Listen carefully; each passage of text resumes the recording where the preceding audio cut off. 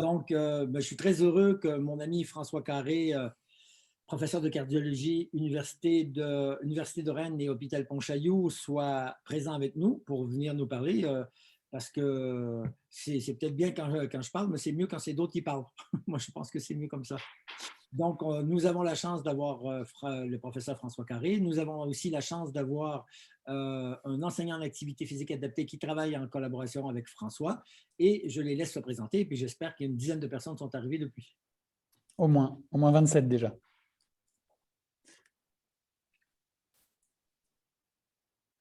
François, si tu veux y aller. Oui. Ouais.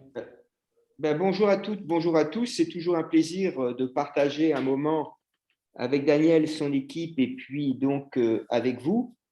Moi, je suis donc cardiologue et médecin du sport à l'hôpital Pontchaillou, à Rennes, au CHU Pontchaillou. Je suis engagé dans la lutte contre l'inactivité physique. À l'époque, on ne parlait pas de sédentarité, on ne séparait pas les deux, on parlait de la sédentarité depuis plus de 30 ans. Et donc, petit à petit, on voit qu'on a avancé. Et là, depuis quelques années, je trouve qu'on a bien avancé. Et ça nous a permis de nous rencontrer avec Daniel sur ce sujet et de voir qu'on avait à peu près les mêmes idées. Et c'est toujours réconfortant de voir qu'on n'est pas le seul à avoir des idées. D'ailleurs, je ne suis pas le seul. Il y a des gens comme Martine Duclos, Daniel Rivière et plein d'autres personnes qui partagent à peu près mes idées. Et donc, je suis ravi de parler avec vous de ce soir. On va aborder deux choses, la capacité physique, le capital santé en MET, et puis après la rééducation dans le Covid long. Merci François. Alexandre, si tu veux te présenter rapidement aussi. Bonsoir à toutes et à tous. Moi, je m'appelle Alexandre Dion. Je suis enseignant en activité physique adaptée depuis un peu plus d'une dizaine d'années maintenant. Donc, j'ai la chance de travailler avec le professeur Carré depuis presque 2 ans maintenant. Donc, on a ensemble créé un centre qui s'appelle le Centre Santé Bien-être qui prend en charge des patients atteints de maladies chroniques au CHU de Pontchaillou. J'ai une petite casquette d'enseignant en APA libéral aussi à côté. Et depuis le mai de l'année dernière, on prend en charge des patients atteints de la Covid et donc aussi les patients Covid long. Voilà. Merci, merci Alexandre. Du coup, pour redonner un petit peu les règles générales, toujours pareil, vous avez la possibilité soit de converser entre vous, entre nous, sur la partie conversation, mais vous avez aussi surtout la possibilité de poser des questions dans la partie questions-réponses. Comme ça, moi, j'essaierai d'interpeller François ou Alexandre ou Daniel en fonction de qui prendra la parole. N'hésitez pas à poser un maximum de questions. L'intérêt de ces webinaires, c'est toujours le même. On est au 6e épisode et le but, c'est de vous donner un maximum d'éléments concrets, de ne pas rester forcément que dans le théorique, de vous aider à tout ce qui sur la condition physique, comment vous aider à prendre en charge vos patients, à les réentraîner, à les réadapter. Voilà. Donc aujourd'hui, on a la chance d'avoir François, Alexandre. Merci à vous deux. Encore merci à Daniel d'être présent depuis 6 épisodes. Merci Et puis François, je vais te laisser la main. Si tu as des choses à partager, tu dois pouvoir tout partager de ton côté.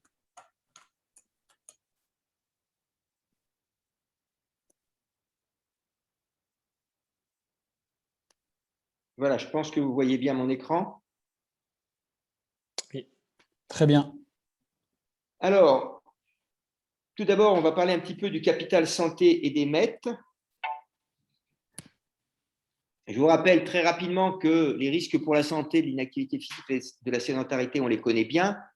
De façon très simple, ça augmente le risque de développer une maladie chronique et si j'ai une maladie chronique, ça les aggrave. Et depuis 2011, la Haute Autorité de Santé a validé l'activité physique comme une thérapeutique non médicamenteuse. Une petite précision, méfiez-vous, il y a un livre qui est sorti il n'y a pas très longtemps, publié par un collègue, qui présente l'activité physique comme une médecine alternative. Ce n'est pas une médecine alternative, c'est une thérapeutique non médicamenteuse qu'on associe aux autres traitements. Il ne faut pas dire que l'activité physique va remplacer, par exemple, la chimiothérapie dans les cancers. Ce serait un mensonge. D'où l'idée qu'il faut aujourd'hui se lever et bouger plus. Après est arrivé en 2016 le sport sur ordonnance, qui nous disait prenez soin de vous, bougez, et qui a permis aux médecins, au début c'était les médecins traitants, maintenant c'est tous les médecins, de prescrire de l'activité physique pour leurs patients en fonction de leur pathologie, mais surtout de leur capacité et de leurs limites physiques, qui vont être donc de l'activité physique adaptée. Et c'est pour ça que c'est une activité physique adaptée aux patients et à ses limites. À partir de là, le médecin a le choix entre plusieurs encadrants sport santé, limitation sévère, kinésithérapeute, ergothérapeute, limitation modérée, enseignant l'activité physique adaptée, limitation minime, enseignant l'activité physique adaptée ou éducateur sportif, et patients sans limitation, éducateurs sportifs, en sachant que ces éducateurs sportifs doivent avoir quand même une formation spécifique sur le sport santé. Alors, on est là pour parler de la capacité physique, et déjà, il faut savoir que la capacité physique me permet de préciser le risque de développer des pathologies et toutes les maladies chroniques. Et là, j'ai pris, en tant que cardiologue, bien évidemment, le risque de développer une insuffisance cardiaque ou un infarctus du myocarde. C'est une étude de l'étude Cooper, du centre Cooper, l'étude longitudinale. Vous voyez, 20 600 personnes, on leur a mesuré la capacité physique sur tapis roulant à 49 ans, et ensuite on les suit régulièrement et on voit si apparaît une insuffisance cardiaque à gauche ou un infarctus du myocarde à droite. Et les patients qui ont une capacité physique élevée, c'est la ligne noire, les capacités physiques faibles, la ligne rouge, la capacité physique moyenne, c'est la ligne bleue. Et dans tous les cas, vous voyez qu'en fonction du temps, que ce soit pour l'insuffisance cardiaque ou l'infarctus du myocarde, eh bien, plus ma capacité physique est faible, plus j'ai de risque de développer une insuffisance cardiaque ou de développer un infarctus du myocarde alors que je n'avais rien à 50 ans. Donc, premier élément, ça nous confirme bien qu'on a, avec cette capacité physique, une possibilité de prévenir ou de savoir ce qu'il en est des patients. On peut regarder la même chose pour la tension artérielle, donc c'est-à-dire maintenant les facteurs de risque cardiovasculaire, l'hypertension artérielle systolique. Eh bien, on voit que si globalement, c'est le trait marron, on a une valeur moyenne de développer une hypertension artérielle, les sujets qui ont la capacité physique la plus faible ont un risque plus élevé que la valeur moyenne, et à l'inverse, les capacités physiques plus élevées, c'est l'inverse. Le risque de développer cette hypertension artérielle est plus faible. Et de la même façon, on trouve exactement la même chose au niveau du cholestérol. On voit que les sujets qui ont la capacité physique la plus élevée, donc c'est en marron, eh bien, ont un risque avec le temps de présenter un taux de cholestérol élevé plus faible que les patients, que la valeur moyenne ou que les patients avec une capacité physique faible. Donc ça, c'est un deuxième message important. Non seulement on peut prédire avec la capacité physique le risque de développer une pathologie cardiovasculaire, mais aussi des facteurs de risque cardiovasculaire qui eux-mêmes vont influencer la maladie cardiovasculaire. Ça veut presque dire qu'en fin de compte, peut-être que le meilleur marqueur, et on devrait s'en contenter pratiquement, c'est la capacité physique, puisque déjà, à partir de là, on peut même prédire les facteurs de risque cardiovasculaire. Donc ça, c'est les gens qui ne sont pas malades. Maintenant, si je m'intéresse aux gens malades, c'est une fameuse étude de Myers publiée dans le New England Journal of Medicine, qui est quand même la plus grande revue de médecine mondiale. En 2002, il a regardé chez des sujets qui sont hypertendus, des sujets bronchitiques chroniques, diabétiques, des fumeurs, des gens en surpoids, des gens qui ont trop de cholestérol. Et il a regardé en fonction du niveau de capacité physique. Le vert le plus foncé, c'est moins de 5 mètres. Le vert le plus clair, c'est plus de 8 mètres. Toujours dans des populations relativement élevées, vous voyez, environ 1500 à 3000 personnes. Et qu'est-ce qu'il a montré? Dans tous les cas, quand la capacité physique est la plus faible, c'est le vert le plus foncé, vous avez le risque le plus élevé de mourir précocement. Donc, en fin de compte, on en arrive petit à petit à se dire qu'en fin de compte, cette capacité physique, ça va être notre capital santé. Donc, mon nombre de mètres, c'est mon capital santé. S'il est faible, je suis en mauvaise santé. S'il est élevé, je suis en bonne santé. Et bien sûr, on attendait avec impatience les données sur le Covid. Les données sont arrivées par la Mayo Clinic, la fameuse Mayo Clinic qui fait des publications en particulier sur l'activité physique toujours intéressantes. Ça vient de sortir, janvier 2021.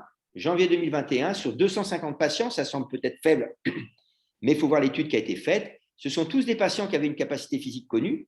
Ils ont tous été atteints par le Covid. Et qu'est-ce qu'ils voient? Ils voient que les patients hospitalisés avaient une capacité physique de 6,7 mètres en moyenne, alors que les patients non hospitalisés avaient une capacité physique de 8 mètres. Et on le retrouve sur cette barre toujours de toujours la même façon. Quand vous regardez le niveau de capacité physique faible, c'est moins de 5,4 mètres. Et puis, plus élevé, entre 8 et 10 mètres à peu près, c'est les marrons et les jaunes. Et bien, vous voyez qu'il y a pratiquement 80% des patients qui ont le Covid et qui ont une capacité physique faible qui sont hospitalisés, alors que vous avez à peu près 20% simplement de patients qui ont une capacité physique élevée qui vont donc être élevés. Ceci est parfaitement corrélé au fait qu'une autre étude a montré que les gens qui bougeaient le moins étaient ceux qui avaient le plus de mortalité dans le Covid, alors que les gens qui bougeaient le plus avaient la mortalité la plus faible. Et quand je vous parle de bouger le plus, c'était seulement 150 minutes par semaine, c'est-à-dire ce que recommandent les recommandations de l'OMS.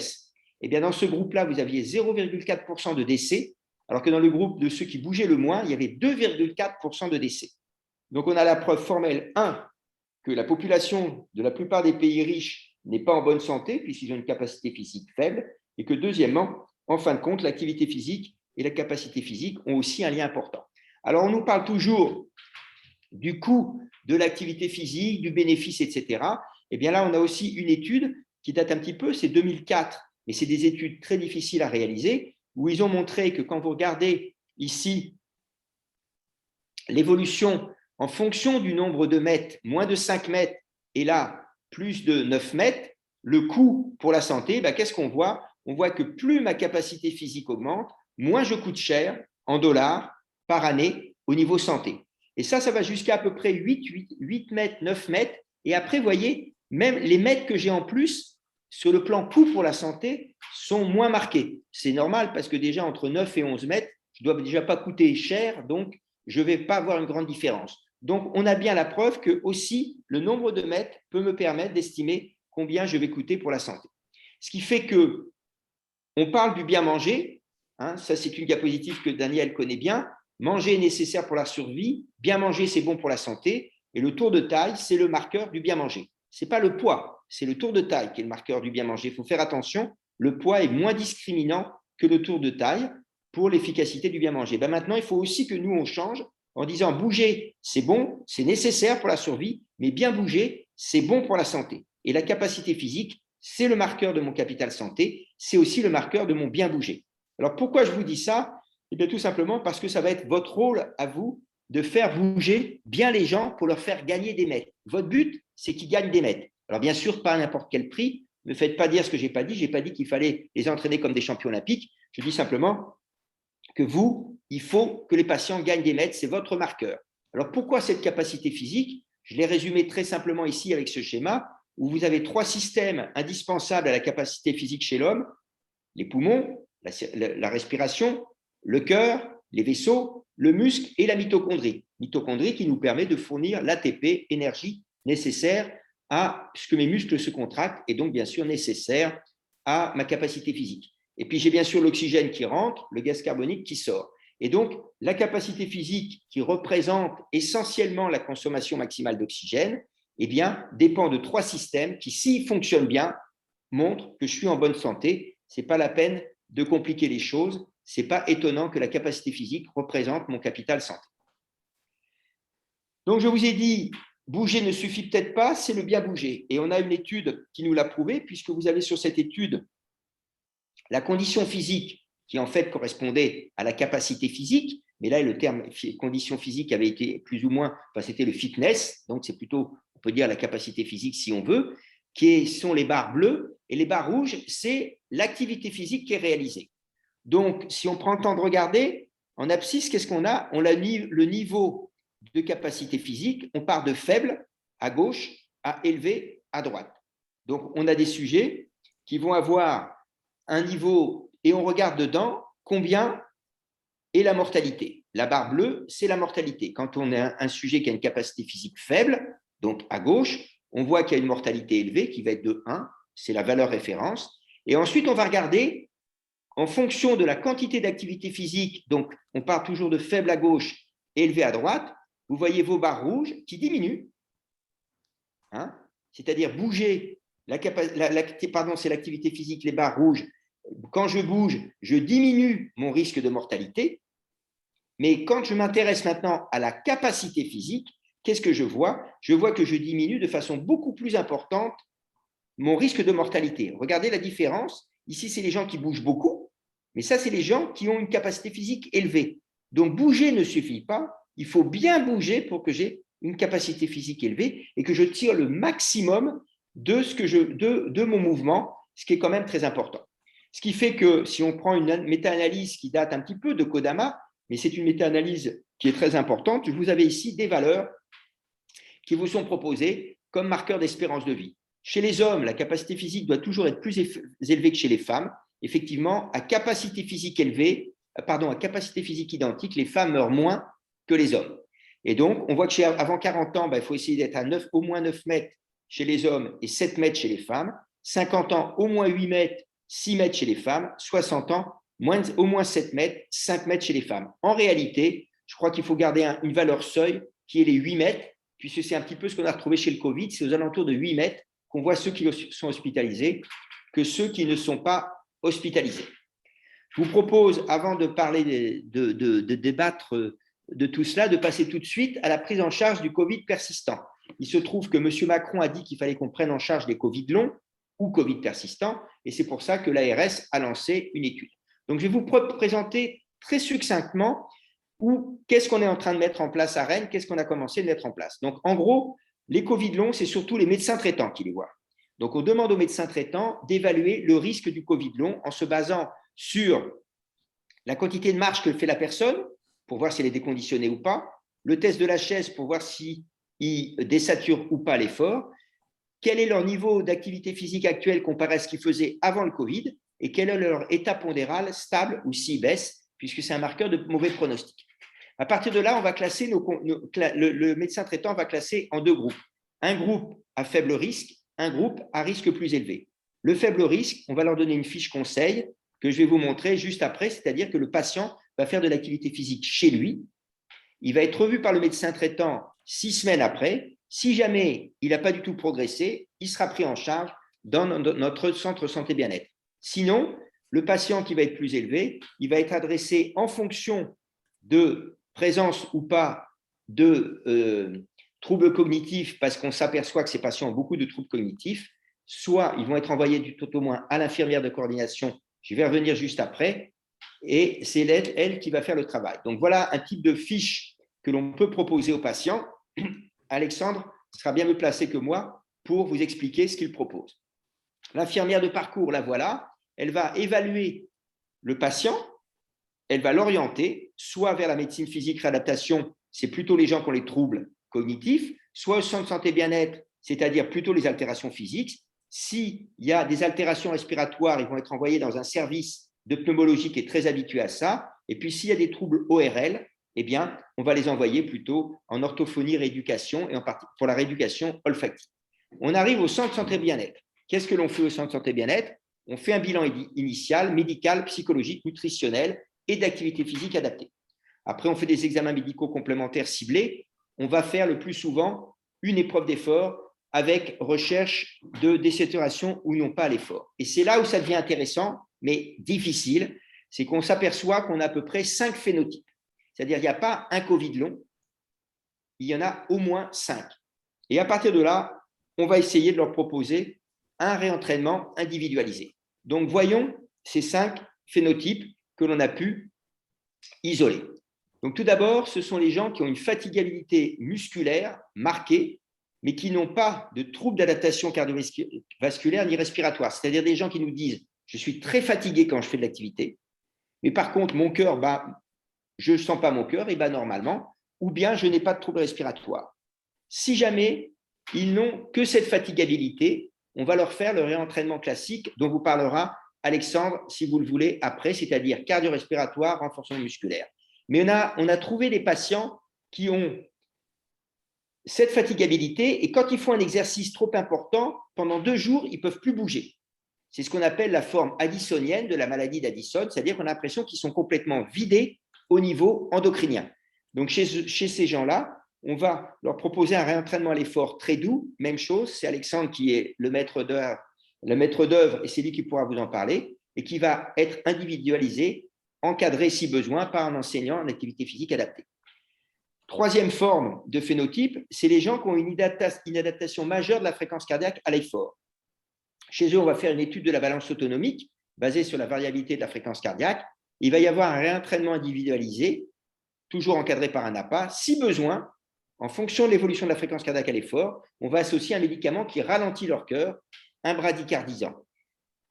Quatrième forme, vous avez le patient qui a une adaptation majeure de la ventilation à l'effort, mais qui ne désature pas. C'est-à-dire c'est des gens qui montent dans les tours, qui ventilent comme des fous alors qu'ils n'ont pas besoin, mais ils n'ont pas de désaturation.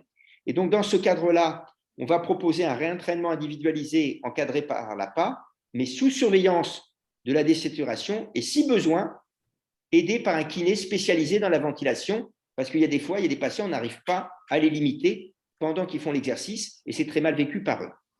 Si jamais il y a une symptomatologie très importante, ils vont être au début pris par le kiné spécialisé dans le contrôle de la ventilation, et après, on les reprendra pour le réentraînement. Et puis enfin, dernière forme, c'est ceux qui désaturent de façon importante à l'effort, qu'ils aient des symptômes ou non. On va faire un bilan spécialisé en exploration fonctionnelle respiratoire, et en fonction des résultats, en accord avec les pneumologues, on va les prendre en charge pour pouvoir leur proposer un réentraînement adapté. Donc voilà, de façon très rapide, mais j'ai voulu être rapide surtout pour vous permettre qu'on débatte ensemble. Ce que je peux vous dire au niveau de ce que l'on propose, il faut être très modeste. Je n'ai pas de résultat à vous proposer. Tout ce que je sais, c'est qu'il y a une équipe à Foch qui travaille beaucoup sur les Covid persistants avec qui on collabore régulièrement, qui propose la corticothérapie. Nous, on n'a pas commencé, mais je pense qu'on va y arriver sur les formes addisoniennes, c'est-à-dire qu'on va les réentraîner, mais sous corticoïdes, parce qu'ils ont des résultats qui semble-t-il intéressants, et sur le traitement de la maladie d'Addison. Et en plus, ce qui nous semble, c'est que ça va être très long le réentraînement. Ça n'est pas en 4 semaines qu'on va arriver, je pense, à quelque chose. Donc, si vous avez des questions, nous sommes, Alexandre et moi, à votre disposition, et puis Daniel, qui aura sûrement peut-être aussi des avis à donner, pourra répondre et participer à notre discussion, ainsi que Robin, bien évidemment. Merci François, déjà de ton intervention, c'était super clair. Même moi qui suis toujours sur la capacité physique, j'ai encore découvert des études, donc merci à toi. Une première question qu'on m'a posée, est-ce que ce sera possible d'avoir le diaporama que tu as présenté ou pas? Absolument. Ok, donc du coup je ferai comme je d'habitude. les enverrai et tu pourras les transmettre à qui les veut. Je transmettrai, voilà, super. Donc merci pour ça. Ensuite, pour rester sur la partie capacité aérobie, il y a une personne qui nous demande pourquoi moins les femmes que les hommes sur les METS. Ah, c'est la question que je ne voulais pas qu'on me pose. Pourquoi? Parce que j'en sais rien. Et je crois que personne n'en sait rien.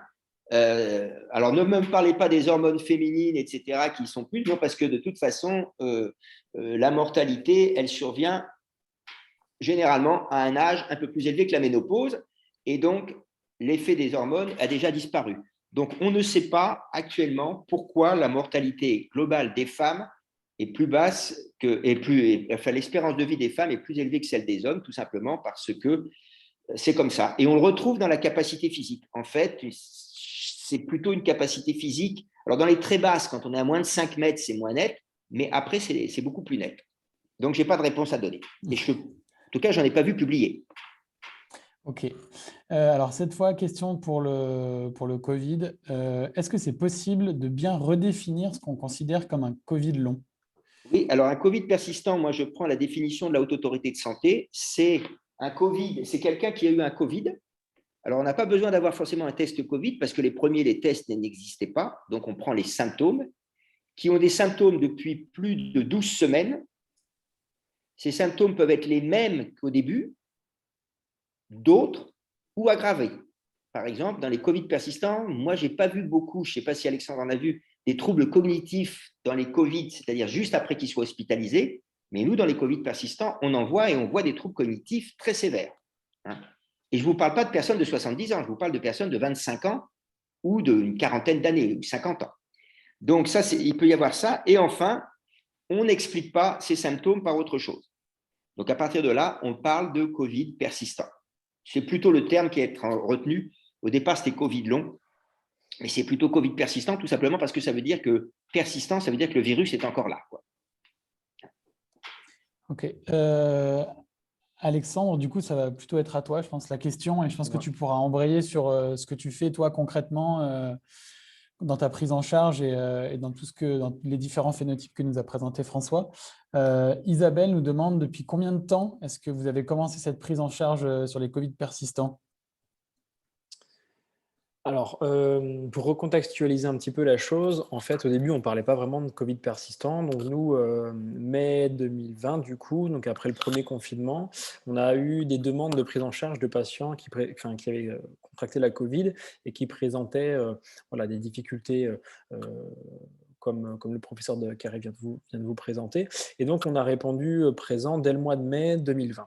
On ne parlait pas encore de Covid persistant et il s'avère que tout au long de l'année 2020 et encore aujourd'hui, on reçoit des demandes de prise en charge de patients qui ont contracté la Covid peut-être en mars ou en avril 2020 et qui présentent encore aujourd'hui des Covid persistants. Alors, les choses n'étaient pas très, très structurées au départ. On essaie de répondre un peu dans l'urgence à tout ça. Et depuis l'été 2020, on participe à une étude qui s'appelle l'étude Recover et qui permet justement de prendre en charge ces patients. Et ce que vous a présenté le professeur Carré, c'est une nouvelle modélisation qui devrait voir le jour rapidement, on l'espère, pour la prise en charge des patients Covid, avec une collaboration entre les services de MPR, de médecine du sport et les autres établissements qui vous ont été présentés. Et donc, ça, on aimerait le faire assez rapidement. Je ne sais pas si je réponds à la question. Super. Oui, c'est vrai que du coup, on en parlait, bien, c'est ce que vient de me poser comme question Isabelle. J'ai vu récemment, je crois que l'émission de France 5 avait fait une émission sur Nice. Donc Isabelle qui nous dit différentes prises en charge en France aujourd'hui. À Nice, prise en charge 2 fois par semaine en centre de santé par l'enseignant APA uniquement. Toi, du coup, concrètement, tu fais quoi? C'était plus une remarque, une question, je pense, Isabelle. Toi, concrètement, ça se passe comment? Alors, une prise en charge avec moi, donc on voit le patient une première fois pour, alors je ne vais pas dire un entretien motivationnel, mais en tout cas, il y a un petit entretien pour vraiment clairement identifier les difficultés du patient. Peut-être déjà essayer d'avoir une idée du phénotype. Ensuite, on fait une évaluation de la condition physique, donc avec Activity Lab, MedSup, pardon. On utilise également le lever de chaise, comme le professeur Carré vous l'a évoqué tout à l'heure, pour voir s'il y a une désaturation ou pas. Et ensuite, on utilise des tests plutôt classiques qu'on peut retrouver un peu ici et là, à savoir le Chirado, le hand grip, le arm curl. Enfin voilà, une batterie de tests qui sont validés, qui sont majoritairement utilisés. Ensuite, suite à cette évaluation-là, on fait un plan. Nous n'avons pas la possibilité d'accueillir les patients physiquement au CHU. Donc, on leur propose un suivi à distance avec deux premières séances en présentiel.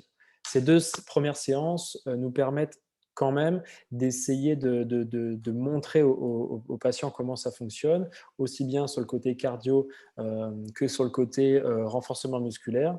Et donc, l'idée, c'est qu'ils puissent être en autonomie après, d'où la distribution du livret d'activité que le professeur Carré vous a présenté tout à l'heure, avec un suivi hebdomadaire téléphonique, si besoin en consultation en présentiel au CHU, et une évaluation finale au bout de 4 semaines. Donc, dans un premier temps, c'est une prise en charge de 4 semaines à raison de 3 séances par semaine qui se décomposent de la manière suivante. Un temps d'échauffement classique, de mobilisation articulaire. Ensuite, on passe sur la partie cardio, donc en fractionné court. C'est des séances de 15 minutes sur step. Voilà. Et ensuite, petit circuit training, donc avec les fiches qui vous ont été présentées. Et enfin, souplesse, retour au calme, étirement, retour au calme. Voilà, bien entendu, chaque programme est individualisé en fonction de les capacités du patient. Et voilà, je crois que j'ai rien oublié. Pour compléter juste ce qu'a dit Alexandre, nous ne pouvons pas prendre actuellement les Covid longs tous en présentiel tout le temps, tout simplement parce que nous, dans le centre santé bien-être, on reçoit d'autres malades chroniques. Et donc, on a dit, on ne va pas ne plus prendre ces patients qu'on prend depuis longtemps et pour lesquels les chefs de service sont très contents. Donc là, on est en attente dans le projet que je vous ai montré, dans ce qu'on est en train de mettre en place, qu'on a commencé à mettre en place, d'avoir les fonds de l'ARS pour pouvoir prendre un enseignant d'activité physique adaptée en plus. Et à ce moment-là, on pourra les prendre au niveau du centre santé bien-être, mais en présentiel. Mais là, on ne peut pas, tout simplement parce qu'au niveau de moyens humains, on est un peu juste et qu'on nous demande, comme d'habitude, à brûle pour point, de répondre immédiatement. Alors donc, on a dit, OK, mais donnez-nous les moyens humains, sinon on ne les prend pas. Puis voilà. On a aussi une évaluation de la qualité de vie et de niveau de stress général de la personne dans son quotidien. Donc avec l'impact que ça a aussi sur sa vie personnelle, professionnelle et voilà, tout un tas de choses. Ok, merci de vos réponses. J'ai 2 questions supplémentaires, mais je vais poser la mienne d'abord, comme je suis moi en direct. Vu que nous, particulièrement, on s'intéresse aux MEDS et à la capacité aérobie, je me posais la question, je ne sais pas si tu as un retour, toi, on n'en a jamais trop discuté ensemble, Alexandre. Est-ce que tu as une idée en tête du nombre moyen de MEDS que les gens ont au début de la prise en charge? Au début, ils ont combien de MEDS? Est-ce que tu as une idée de tête, hein? Je pense que vous n'avez pas encore fait de moyenne, etc. Mais... On commence à avoir quelques chiffres. Ce qu'il faut savoir, c'est que nous, les patients qu'on voit, c'est des patients qui n'ont pas forcément été hospitalisés. Et quand je dis hospitalisés, c'est en réanimation. Donc, ce n'est pas forcément des profils de patients qui auraient des comorbidités, des maladies chroniques. C'est plus des personnes plutôt en forme a priori au début. Et si je dois donner, comme ça, à brûle pour point, une estimation du niveau de MEDS général au début, je dirais qu'on est entre 7, 8, allez, pas plus que 9 MEDS en tout cas. Entre 7 et 9 MEDS, quoi. Et notre moyenne d'âge, c'est combien notre moyenne d'âge, Alexandre? Encore une fois, c'est très aléatoire. J'ai eu une patiente de 15 ans pour la plus jeune et la personne la plus âgée que j'ai eue avait 75 ans. Donc, avec une moyenne d'âge. Alors, si on est sur des patients qui n'ont pas d'activité professionnelle, on est plutôt sur entre 55 et 60. Pour ceux qui ont une activité professionnelle, je dirais qu'on est entre 40 et 45. Avec quand même des patients de 30 ans, 28, 30, 34, on va dire, 28, 34, qui, pour certains, avaient, avant de contracter la Covid, une excellente condition physique avec des marathoniens, des nageurs, même des militaires des forces spéciales qui aujourd'hui se retrouvent avec la condition physique de quelqu'un qu'on pourrait comparer à un grand-père de 80 ans. Donc voilà. Okay. Mais c'est important parce que notre population, c'est plutôt des gens qui bougeaient. Mais on a quand même l'impression que ceux qui se plaignent du Covid persistant, c'était des gens qui bougeaient, c'est-à-dire qu'ils voient vraiment leur capacité physique qui a baissé. La personne qui ne bougeait pas beaucoup avant, quand elle a le Covid persistant, elle est un peu plus fatiguée qu'elle n'était avant. Donc ça, il faut quand même voir, c'est une population bien particulière. C'est pour ça que c'est des MEDS, des capacités chez les Covid persistants beaucoup plus élevées que ceux des maladies chroniques. D'accord, donc ils sont plus attentifs en fait. Oui, et une des grosses difficultés aussi, c'est ce deuil qu'il y a à faire sur la capacité physique passée. Et avec ce qu'ils peuvent faire aujourd'hui, souvent, c'est un stade vraiment très, très compliqué à gérer.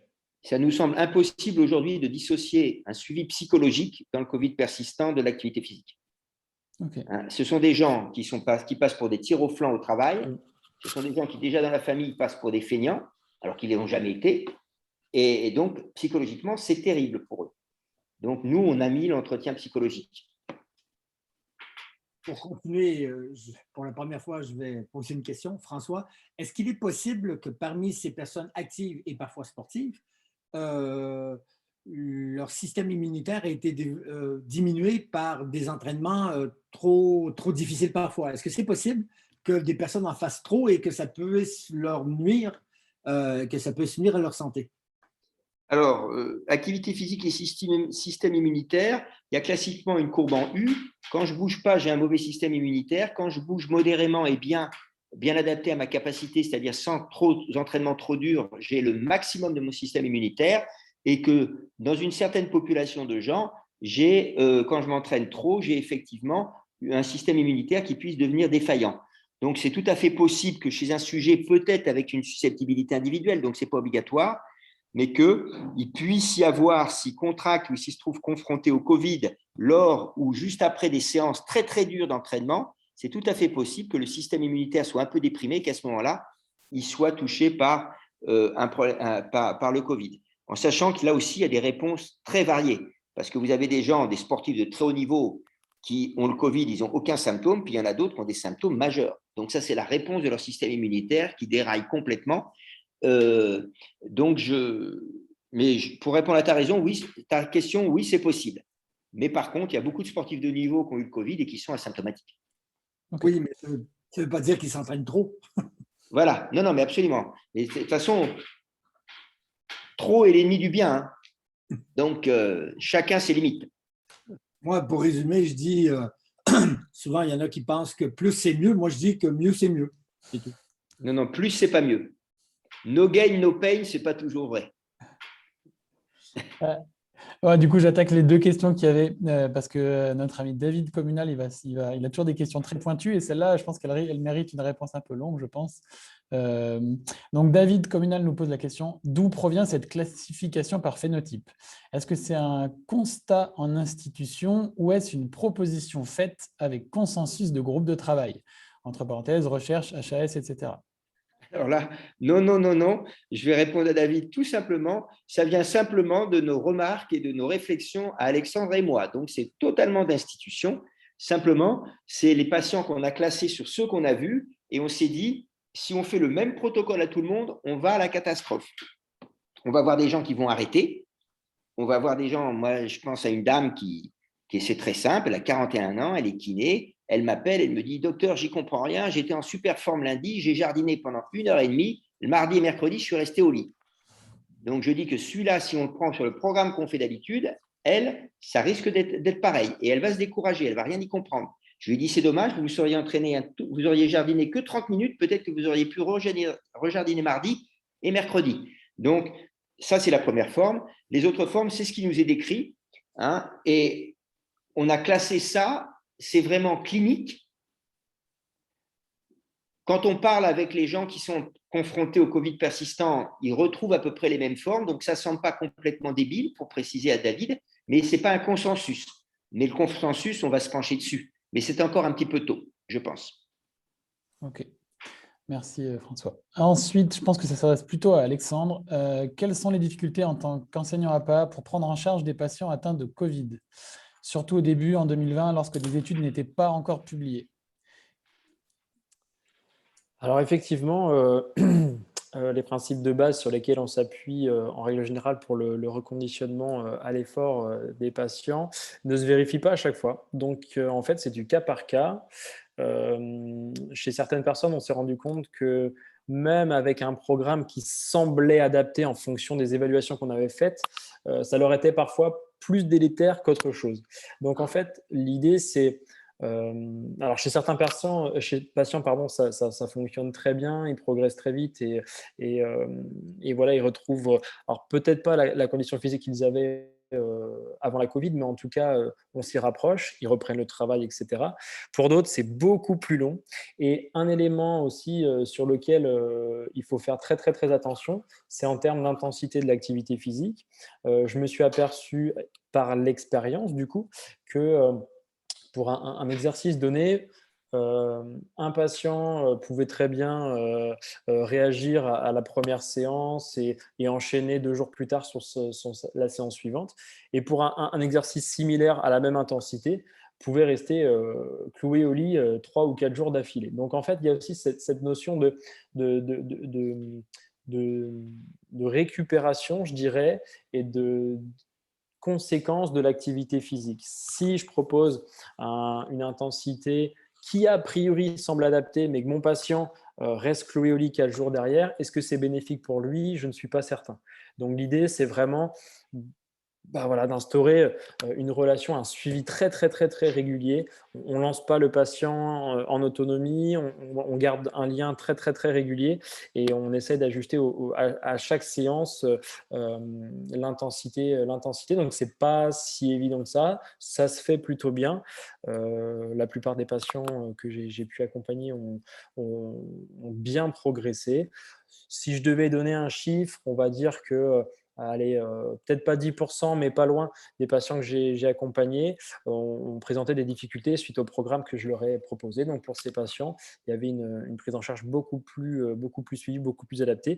Et les premiers objectifs qu'on pouvait fixer, c'était peut-être ne serait-ce que marcher 10 minutes pour commencer, en augmentant progressivement, en y associant un petit travail de montée de marche si c'était possible. Et voilà, en ajoutant petit à petit, j'ai des patients qui ont fait le protocole de réentraînement à l'effort, mais sans step, à plat au sol, parce que le fait de monter sur leur marche, c'était pas possible. Donc, c'est vraiment alors, c'est notre métier, on est là pour ça, on est là pour adapter, mais encore un peu plus avec ces patients-là. Et il faut vraiment être à l'écoute. Et la vérité du jour n'est pas celle du lendemain. Donc voilà, c'est une remise en question quotidienne. Pour compléter, faites attention à une chose, c'est que ces patients, en fait, perdent beaucoup de poids pendant le Covid, mais en fait, ils perdent beaucoup de muscles. Donc, ça veut dire que n'oubliez pas le questionnaire nutritionnel, éventuellement, parce que peut-être qu'on peut leur donner des conseils pour qu'ils mangent mieux, surtout ceux qui déjà faisaient très attention à ce qu'ils mangeaient. Ben là, peut-être qu'il va falloir changer un petit peu leur alimentation. Et puis j'avais autre chose à vous dire. Oui, on a eu un débat sur l'intérêt de l'activité physique dans certains Covid persistants.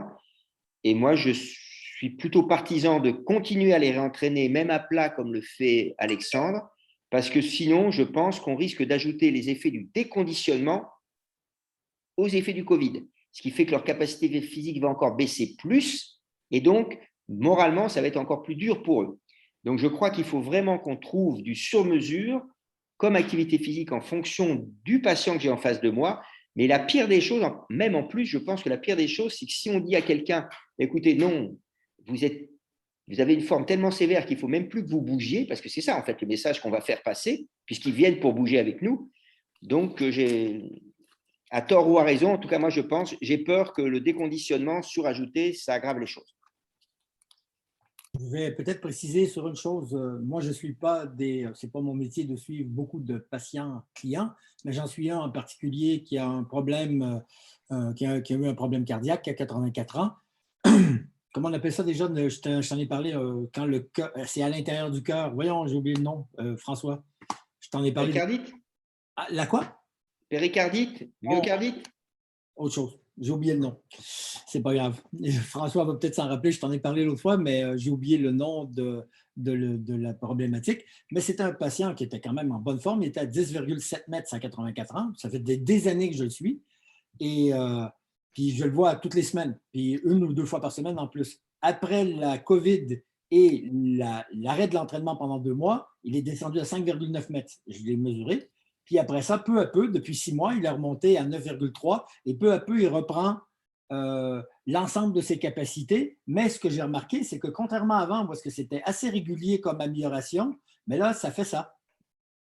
Il y a beaucoup plus en tout cas, c'est un patient, mais c'est un patient que je suis depuis des années. Et depuis la COVID, il y a beaucoup plus de variabilité dans sa condition physique et je suis obligé de m'adapter plus souvent que ce que je faisais avant. Donc, on semble, on ne sait peut-être pas tout à fait pourquoi, y avoir une plus grande variabilité et je m'adapte à chaque fois. Je commence doucement, puis des fois, ça fonctionne bien, puis des fois, je suis obligé de réduire ce qui avait été prévu. Beaucoup plus qu'avant. Ça vient confirmer ce qu'Alexandre et François disaient. On constate vraiment une variabilité de la symptomatologie. Certains de nos patients nous ont rapporté un retour des symptômes de manière cyclique, tous les 3 semaines, tous les mois. Alors, ça ne dure pas forcément très longtemps à chaque fois, peut-être 24, 48 heures, 72 au plus, mais pendant cette période-là, ils sont vraiment au plus mal, parfois cloués au lit pendant cette période, avec des grosses difficultés respiratoires, de la tachycardie, enfin voilà, plein de choses. Et après, ça repart comme c'est venu, et puis ça revient dans un mois après. Enfin, voilà, c'est ça. Je pense que c'est en lien aussi avec ce que tu décris, Daniel, et voilà, il faut s'adapter vraiment au jour le jour. Ok, il y a encore une question. N'hésitez pas à poser vos dernières questions parce qu'on arrive à peu près à 45 minutes là. Donc, on a un petit peu dépassé, mais on avait prévu que sur un format avec plusieurs intervenants, on dépasserait. Donc, ce n'est pas un souci. Mais si vous avez d'autres questions, n'hésitez pas à les poser. Profitez de la présence de François et d'Alexandre qui ont déjà une bonne expérience sur ces Covid persistants. Du coup, la question, c'est comment, en pratique, est-ce qu'on utilise la variabilité de la fréquence cardiaque pour le groupe phénotypique végétatif? Alors, la variabilité de la fréquence cardiaque, ça veut simplement dire que si vous vous amusez, si vous avez une montre qui prend votre fréquence cardiaque ou un cardiofréquencemètre avec l'émetteur et le récepteur, eh bien, vous allez regarder votre fréquence cardiaque et vous allez être surpris parce que vous allez voir que vous battez à 54, 56, 58, 56, 54, 52, 50, 52, 54 en permanence. La fréquence cardiaque varie tout le temps. Donc, c'est ça la variabilité spontanée de la fréquence cardiaque. Et cette variabilité est due aux influx respectifs du parasympathique, qui est le frein, qui ralentit le cœur, et du sympathique, qui est l'accélérateur. En permanence, votre organisme, c'est pareil pour la pression artérielle, comme il y a des tas de phénomènes qui font varier ces paramètres, va devoir s'adapter. Et en fin de compte, on peut comme ça, à partir de ça, on va pouvoir, à partir d'un enregistrement électrocardiographique, en fin de compte, même de la fréquence cardiaque, on va décomposer ces variations cycliques un petit peu comme cela, et ça veut dire que c'est des ondes. Et si on fait des ondes, on fait une analyse spectrale de ces ondes, une analyse haute fréquence, moyenne fréquence, basse fréquence. Et on isole deux fréquences principales, on ne va pas parler des très basses fréquences, l'analyse haute fréquence qui correspond à l'influence et la réponse du cœur au parasympathique, et l'autre, la basse fréquence, c'est la réponse du cœur à l'influence du sympathique. C'est un raccourci, la deuxième, la basse fréquence, il y a aussi du parasympathique dedans, mais je n'entre pas dans les détails. Donc, haute fréquence, parasympathique pur, ça on est à peu près d'accord, basse fréquence, sympathique prédominant, un petit peu de parasympathique. Et ça vous montre le fonctionnement de vos centres régulateurs de la fréquence cardiaque. Or, dans le Covid, on sait qu'il y a une atteinte neurologique, puisqu'on a l'anosmie, on a la gueusie, maintenant on a les troubles cognitifs qui arrivent, donc on est sûr qu'il y a une atteinte nerveuse. Et c'est ça qui veut dire, nous, on va regarder si jamais ces patients auraient plutôt tendance à être sympathiques, ce qui n'est pas bon pour la santé, c'est-à-dire que le cœur s'accélère pour n'importe quoi. Alors que normalement, ce qui est bon, c'est que le cœur ne s'accélère pas pour n'importe quoi, qu'on soit plutôt parasympathique. Donc, c'est ce qu'on va faire avec cette analyse de la variabilité. On fait 5 minutes couchées, ils se mettent debout, 5 minutes debout, et on regarde la réponse du sympathique et du parasympathique au fait de passer couché debout. Et comme ça nous permet d'assez. Les sportifs font ça pour détecter le surentraînement. C'est un des paramètres, ce n'est pas le seul. Et c'est pareil pour la respiration. On pense que la respiration, c'est les centres respiratoires qui répondent n'importe comment. Et les centres respiratoires sont aussi corrélés un petit peu au sympathique et au parasympathique. Une dernière question du coup de Ghislaine qui demande: y a-t-il une corrélation qui a été faite entre la cicatrisation des lésions pulmonaires et la récupération des capacités physiques? Alors, à ma connaissance, non. À ma connaissance, non. Mais je pense que ça n'a pas été étudié. Je pense, mais bien que je ne sois pas du tout un spécialiste, que le problème des poumons, c'est compliqué parce qu'il s'avère que des gens qui ont des dyspnées inappropriées à l'effort, le scanner ne montre rien, l'IRM ne montre rien, et qu'il faille faire une scintigraphie de perfusion avec une image un peu spéciale, une imagerie hélicoïdale, et qui montre à ce moment-là des micro-emboles dans des tout petits vaisseaux pulmonaires, et qu'en fait, ils ont des micro-embolies pulmonaires qui favorisent cette dyspnée. Donc, il faut y penser. Aujourd'hui, on est plutôt tendance à dire vraiment cette dyspnée qu'on ne comprend pas. Alors, s'ils n'ont jamais eu de scanner, on va leur en faire un, bien sûr. Mais s'ils en ont déjà eu qui était normal, il vaut mieux aller là-dessus. Ceci pour dire que la cicatrisation des problèmes, des lésions pulmonaires, non, parce que nous, on a plein de patients qui n'ont pas de lésions pulmonaires. Donc, mais je n'ai pas vu de passer de papier là-dessus. En fait, il faudrait faire ça plutôt chez les gens qui ont été hospitalisés avec problèmes pulmonaires. Mais vu ce qu'on a vu le rôle des poumons sur la capacité physique, il devrait y avoir un lien, normalement, oui. Ok, super, merci François. Du coup, on va sonner la fin de cet épisode. Je vous remercie tous les deux, même tous les trois, Daniel, même si on organise cette émission ensemble maintenant depuis 6 épisodes. Merci encore François. Merci beaucoup. Alexandre. Daniel, si tu peux rajouter un petit mot peut-être avant de clôturer. Tu as ton micro qui est fermé si jamais tu veux dire un mot. Oui, je remercie François qui a accepté, je lui ai déjà demandé, c'était il y a quelques semaines, puis il a accepté de prendre du temps pour nous. Je te remercie beaucoup, François. J'espère que ça a été apprécié par toutes les personnes. J'ai juste une petite question aussi. C'est Nelson, qui est mon associé, qui est présent aussi. Il me fait dire de ne pas oublier deux choses. Un, parce que peut-être que vous, en France, vous suivez l'euro, mais en Amérique, on suit surtout les Canadiens de Montréal qui sont en demi-finale de la Coupe Stanley. Et ce soir, s'ils gagnent, ils vont se rendre en finale de la Coupe Stanley. Alors, pour nous, c'est important. Et la deuxième chose qui est importante pour les Québécois, je ne sais pas s'il y en a de présents aujourd'hui. S'il y a des Québécois qui sont présents, j'aimerais ça que vous fassiez un petit coucou. Mais il ne faut pas oublier qu'aujourd'hui, c'est la fête nationale du Québec. Alors, il ne faut pas l'oublier. On avait dit qu'il n'y aurait pas de message politique, Daniel. Ne commence pas. Pas un message politique. Si c'est la Sénat du Québec aujourd'hui, alors c'est ma fête. Donc, je vous souhaite de toute façon bonne fête pour tous les Québécois de cœur. Et je suis Québécois, mais je suis français aussi. Hein. Donc, je fêtais également le 4 juillet. 14. J'étais aux États-Unis, là. Là, je me suis entendu. Il va falloir réviser. Hein.